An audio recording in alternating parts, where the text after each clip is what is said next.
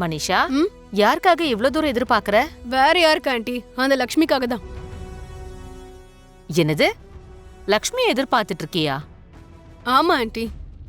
லக்ஷ்மி இங்க இருக்கிற வரைக்கும் அவளை படாத பாடுபடுத்தி பிரச்சனைகளை உருவாக்கி எவ்ளோ சீக்கிரம் முடியுமோ அவ்ளோ சீக்கிரம் அவளை துரத்தி விடணும்னு நம்ம நினைச்சிட்டு இருக்கோம் இல்லையா? இப்படி நம்ம கைக்கே கிடைக்காம இருந்தானா அப்புறம் எப்படி? அதுக்குதான் அவ எப்ப திரும்பி வருவா, அடுத்து என்ன பிளான் போடலான்னு சொல்லி யோசிச்சுட்டு இருந்தேன். உன் ஆர்வத்தை பார்த்தா எனக்கு ரொம்ப சந்தோஷமா இருக்கு. நீ குடுக்கற தொல்லையால கூடிய சீக்கிரம் லக்ஷ்மி வீட்டை விட்டு போயிடுவா. மாமா, மாமா, மாமா. இரு லக்ஷ்மி, எங்க இப்படி கத்திட்டே ஓடுற? அங்கிள் வீட்ல இல்ல. அத்தையாவது வீட்ல இருக்காங்களா? இருக்காங்க. அதுக்கு என்ன? நான் அத்தை கிட்ட உடனே பேசணும். லக்ஷ்மி நில்லு. அரவிந்த் அக்காவை பார்க்க நீ இப்ப போக கூடாது. இல்ல சின்னத்தை, நான் அர்ஜென்ட்டா அத்தை இப்ப பார்த்தே ஆகணும். அரவிந்த் அக்கா தலை வலிக்குதுன்னு படுத்திருக்காங்க.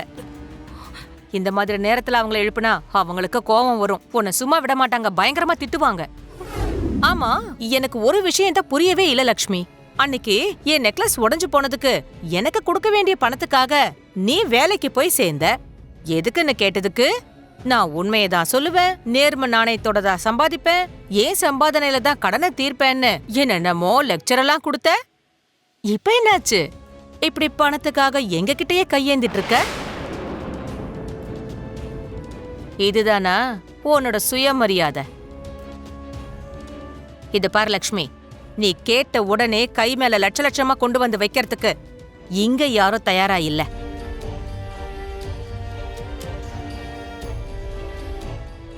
நான் மட்டும் இல்ல, இந்த வீட்ல யாரும் உனக்கு ₹1 கூட தரமாட்டாங்க.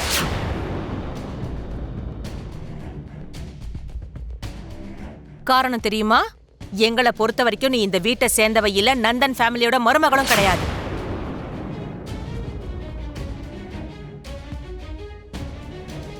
நாலு நாள் இருந்துட்டு போற விருந்தாளிக்கு லட்ச லட்சமா பணத்தை ஏன் கொடுக்கணும்? உனக்கோ எங்களுக்கோ என்ன உறவு இருக்குன்னு கொடுக்க சொல்ற?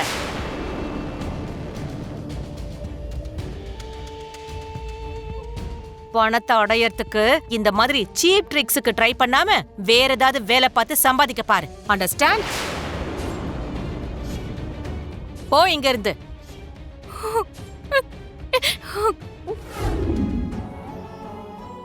ஹலோ. அம்மாடி லக்ஷ்மி, அங்க ஜானுக்கு என்னாச்சோ ஏதாச்சோன்னு எனக்கு ஒரே பதட்டமா இருக்குமா.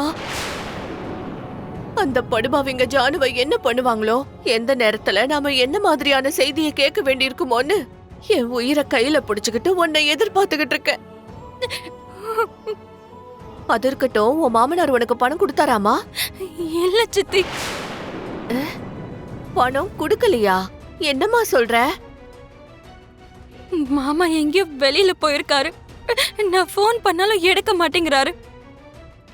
மித்ராக்கு போனே போக மாட்டேங்குது. அத்தைக்கு என்னடான்னா உடம்பு சரியில்லைன்றாங்க. சின்னத்தை கிட்ட கேட்டதுக்கு நான் கொடுக்க மாட்டேன் போன்னு சொல்லிட்டாங்க. இப்ப என்ன பண்ணணும்னு எனக்கு ஒண்ணுமே புரியல சித்தி. ஆமா, அங்க இருக்க உங்களுக்கெல்லாம் கொஞ்சம் கூட இறக்கமே இல்லையா? ஒரு உயிர் போக போதுன்னா கூட பாவப்பட்டு பணம் கொடுக்க மாட்டாங்களா? வேண்டாம் சித்தி, யார சொல்லி என்ன பிரயோஜனம்? நம்ம தலைவிதி சரியில்லாதப்போ அதுக்காக ஜானுவை நாம அப்படியே விட்டுட முடியுமா? அவ சாவு செய்தியை கேட்கதான் நாம உயிரோட இருக்கோமா என்ன? இல்ல சித்தி, ஜானுக்கு எக்காரணத்தை கொண்டும் அப்படி ஒரு நிலைமை வர விட மாட்டேன். ஜானுவை எப்படியாவது நான் காப்பாத்திருவேன் சித்தி. உன்னால என்ன லக்ஷ்மி பண்ண முடியும்? நான் நேரா ஜானு இருக்க இடத்துக்கே போறேன். இந்த வீட்ல அன்பும் பாசமும் அப்படியே பொங்கி வழியுது. பாக்குறதுக்கு 2 கண்ணு பத்த மாட்டேங்குது. என்னாச்சத்த? உங்க வீடு பார்க்க பெருசா இருக்கு, காரு கப்பல் மாதிரி இருக்கு. ஆனா மனசு மட்டும் அப்படியே சுருங்கி போய் கிடக்குது.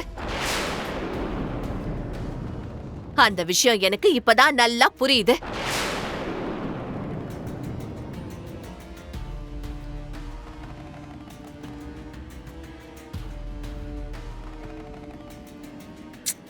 அனுஷியா, நீ என்ன சொல்ல வந்தியோ அதை நேரடியா சொல்லு.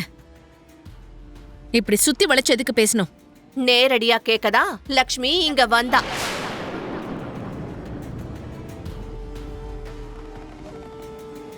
ஆனா நீங்க கண்டபடி பேசி அவளை திருப்பி அனுப்பி விட்டுட்டீங்க. இதெல்லாம் என்ன நியாயங்க? அத்தை, நீங்க எதை பத்தி பேசுறீங்கன்னு நீங்க யாருக்குமே எதுவுமே புரியல. அங்க ஜானுவை யாரோ கிட்னாப் பண்ணிட்டாங்கப்பா. இப்ப உடனடியா 20 லட்சம் ரூபாய் பணம் கொடுக்கலன்னா இனிமே அவ உயிரோடவே இருக்க மாட்டான்னு மிரட்டினா. நான் தங்கச்சிய காப்பாத்தணும்னு பணம் கேக்குறதுக்காக பிச்சை கேக்குற மாதிரி உங்களை தேடி இங்க வந்ததுக்கு அவளை கண்டுபிடி திட்டி அனுப்புவீங்களா?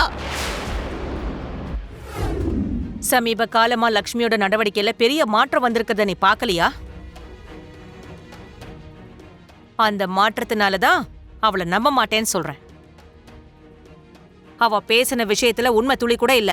தப்பு தேவயானி. இந்த மாதிரி நேரத்துல நம்ம இப்படி கணக்கு போடுறது ரொம்ப தப்பு. அதுவும் நல்லதில்ல. லக்ஷ்மி சொன்னது உண்மையோ பொய்யோ ஒரு பக்கம் அது இருக்கட்டும். ஆனா இது உயிர் பிரச்சனை.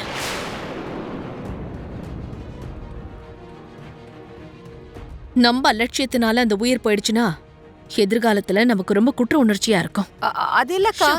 போதும், இதுக்கப்புறம் எதுவும் பேச வேண்டாம். உன் பணத்தை கூடன்னு யாரும் உன்கிட்ட எதுவும் கேட்கல. என்கிட்ட கேட்டிருந்தா நானே அள்ளி வீசிருப்பேனே. வீசுவடி வீசுவ.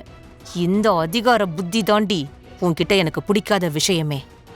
நீ இப்படி திமிரா பேசுறத பார்த்தாலே எனக்கு பத்திக்கிட்டு வருது. என்னைக்காவது ஒரு நாள் உன் அதிகாரத்தை நான் அடக்கி காட்டுறேன் பாரு.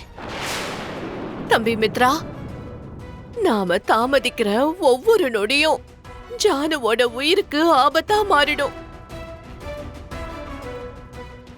அவங்க சொன்ன இடத்துக்கு நாம பணத்தை எடுத்துட்டு போகலன்னா ஜானு நமக்கு பொணமாதான் திரும்பி வருவா தம்பி. மாம், நான் போய் ஜானுவை கூட்டிட்டு வரேன். மித்ரா, ஒரு நிமிஷம் இருப்பா. நீ போக கூடாதுப்பா. கை கெட்டினது வாய் கெட்டாம போன மாதிரி இது என்னது? இந்த அம்மா புது ட்விஸ்ட கொடுக்குது. என்னாச்சு மாம்? எனக்கு என்னமோ நீ அங்க போறது சரியா இருக்காதோன்னு தோணுதுப்பா.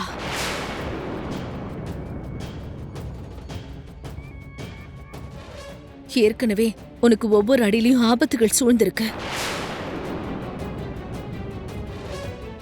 இப்ப நீ போனா நீ எந்த கண்டத்துக்குள்ள மாட்டிப்பியோ, எந்த மாதிரி ஆபத்துகள் உன்னை சூழுமோன்னு எனக்கு ரொம்ப பயமா இருக்குப்பா. இல்ல மாம், அது மித்ரா, ஆன்ட்டி சொல்றது உண்மைதான். காலையிலேயே லக்ஷ்மியால உனக்கு கையில அடிபட்டுருச்சு இல்லையா?